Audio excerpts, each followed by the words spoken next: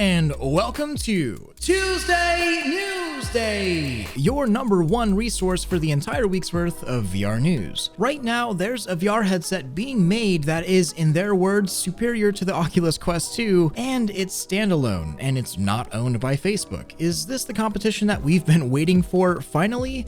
Maybe. We'll cover that and so much more today, so let's just get right into the news. We all know that Beat Saber is a massive VR success, kind of goes without saying. Even people that don't know anything about VR at all usually have at least seen Beat Saber, or at the very least know it exists, which is pretty impressive to be honest, better than most VR games. It's become a decently widely known face of VR, at least for the hyper casuals, and it's for good reason. Following some sales metrics released by Oculus, it's estimated that currently Beat Saber has sold more copies than any other VR game yet, at over 4 million copies being sold, and more than 40 million DLC songs sold through song packs. Another interesting thing here is just how fast this explosion took place. Just in mid-March 2020, about 2 years after Beat Saber's launch, only 10 million DLC songs had been purchased and 2 million copies were sold. Just in the past few months since then, the numbers have more than doubled, which is insane and shows just how fast these exponential jumps in users can change the climate of the industry. Metrics like this show just how profitable VR games really can be if the game hits right. We truly are no longer at the odd impasse of VR game development not being profitable. So last week I talked all about the Quest 2 and its updates that it's gotten recently, including the long-awaited app lab that allows developers to post their games on the Quest store without going through the rigorous approval process that Facebook implemented to keep the Quest store hyper-curated. It was sort of believed that if a game became massively successful on the app lab, then it would become an approved game at least eventually, giving the game or app huge benefits like actually showing up in the App Store without having to use specific search terms, which is the biggest drawback to the App Lab games in general. You have to search for the exact name or have to have a link to find it. Non-approved games will not show up while just browsing the store. Well, this fast track for App Lab just isn't true, and turns out that the App Lab definitely is not a surefire way to get into the store. John Carmack, the consulting CTO for Oculus, had this to say, quote, "Success on App Lab is not a guaranteed path to the main store, but I resolve to mock anyone internally that doesn't follow the data," end quote. So you could have a hit, but Oculus or Facebook could still just refuse to officially support the game on the store. Interesting, I suppose, and I don't know about you, but the more I read and look into the App Lab, I have this weird feeling like these are features we should have had a long time ago, and like this still isn't good enough for us or the developers. But I suppose I'm glad that we have these new features at all, but that's kind of a bad way to look about things. Dave Vills, developer of Pavlov, announced that Pavlov Shack, this slightly cut down Quest version of Pavlov, will be coming to the App Lab soon. Dave mentions that Pavlov not being on the Quest store is already just a choice that they're making, as the Quest version just isn't ready to be a paid product yet, so App Lab is perfect. Pavlov Shack is one of the most downloaded side quest games on the entire market, with more than 370,000 downloads, so the demand is certainly there. The developers just want to do it right before money is charged, which I can massively respect. But now, on to the main topic. The Oculus Quest 2 is an awesome piece of hardware. I think we can all agree to that to some extent at least. It's got a pretty high resolution, pretty good tracking quality, and it's rocking one of the most powerful mobile CPUs out there for AR and VR functions. Not to mention, it's crazy cheap, especially when you compare it relatively to almost any other headset. There's a reason why the Quest 2 has flown off shelves. It's pretty good, does almost everything, and it's cheap. There's a problem though, and it bothers a lot of people. But the Quest 2 is obviously a Facebook product, and Facebook as of now, more or less almost has a monopoly on the VR market in the Western world. There's really absolutely zero competition out there, at least in the consumer standalone market for VR. If you want to get a VR headset and you don't have a computer, you only have one option, and that kinda sucks. But sort of out of nowhere, and excuse if I say this wrong, it's kinda hard to find the right pronunciation, I'll try, but iQIYI has announced the Qiyu 3. So I have covered iQIYI headsets before. Basically, it's a Chinese media company that has been designing XR devices for quite a while now. Actually has quite a few successful products in Asia right now. The Qiyu 3 though is interesting because according to the company, this is pretty much an attack directly on the Quest 2. And this headset, according to them, is going to be better than the Quest 2. iQIYI didn't want to just match Facebook's headset, they wanted to surpass it. So let me tell you some of the specs, because they're really interesting. Starting out, the Qiyu 3 will have the Snapdragon XR2, just like the Quest 2, which is basically the best processor you can get on a standalone headset at the moment. One thing that's interesting here though is that just because they have the same processor doesn't mean they make the same power. John Carmack has already talked about how the Quest 2 is pretty massively undervolted and underclocked because of cooling reasons. Well, one of the biggest selling points here for the Qiyu 3 is an upgrading cooling system on the headset, meaning that you might be able to squeeze out quite a bit more power because of better cooling. More features are dual displays, which allow for better IPD adjustment and clarity, with the displays achieving a resolution of 2160 by 2160, providing this headset with 43% more pixels than a Quest 2.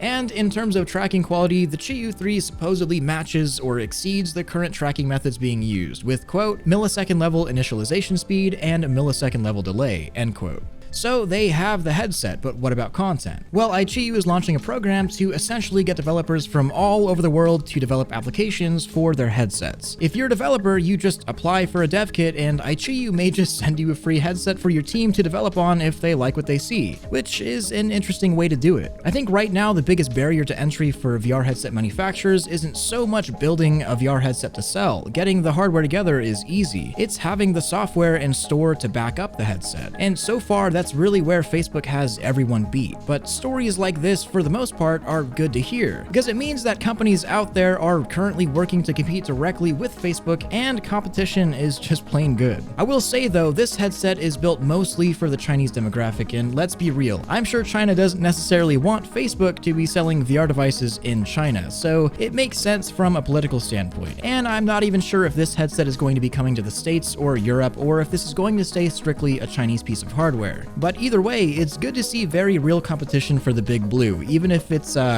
from Big Red. Take it or leave it, I suppose. But now it's time for a meme break! I think all of us can relate to this, whether you have work or school or whatever you have to do in the morning, but you decide to hop in VR for just a little fun before bed. You go in, you throw on the headset, in and out, 20-minute adventure, and 5 hours later, 1 a.m. on a work day, and you take the headset off and realize you done up.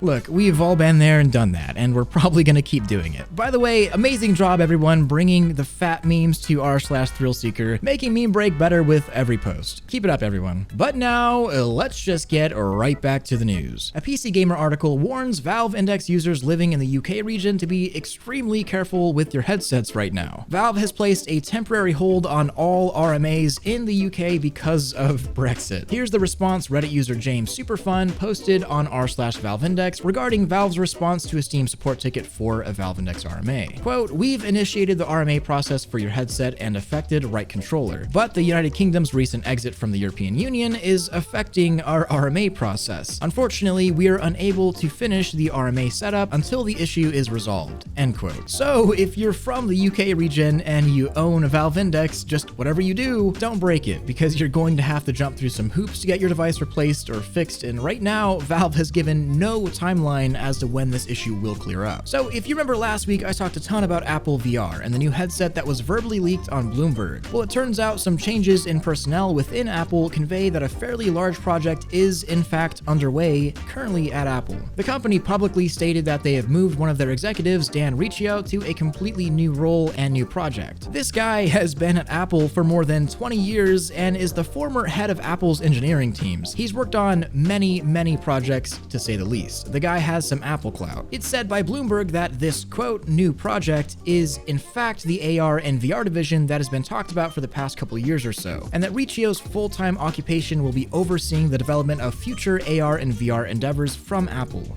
Also, I should mention that the project is supposedly full steam ahead with, quote, over 1,000 engineers working on the devices, end quote. You can see that Apple's AR and VR endeavors are certainly heating up. But now it's time for question of the week. From Tyson Satchel: how do you feel about the move to standalone only headsets in the future? Well, I'm not gonna lie, sometimes I almost feel like most of the market will eventually move to standalone VR. And I think that one of two things will happen. One, internet speeds speeds will get good enough and internet costs will be cheap enough that high-quality cloud-computed streaming will take over the VR space. You won't need a PC to play PC VR games. You just need a fantastic internet connection, and as that becomes more normalized, it becomes more possible. Or the alternative is that mobile hardware will continue to improve and technologies like DLSS or foveated rendering will give mobile VR headsets enough horsepower to provide higher and higher quality VR experiences. I think that both are totally possible. And I also don't think that PC VR is dead or dying anytime soon. In fact, I think it'll always be around, but it might grow more and more niche, as standalone VR is just easier for the general public to get into cost-wise and ease of use-wise. It's kind of hard to expect every person to just have a gaming PC around.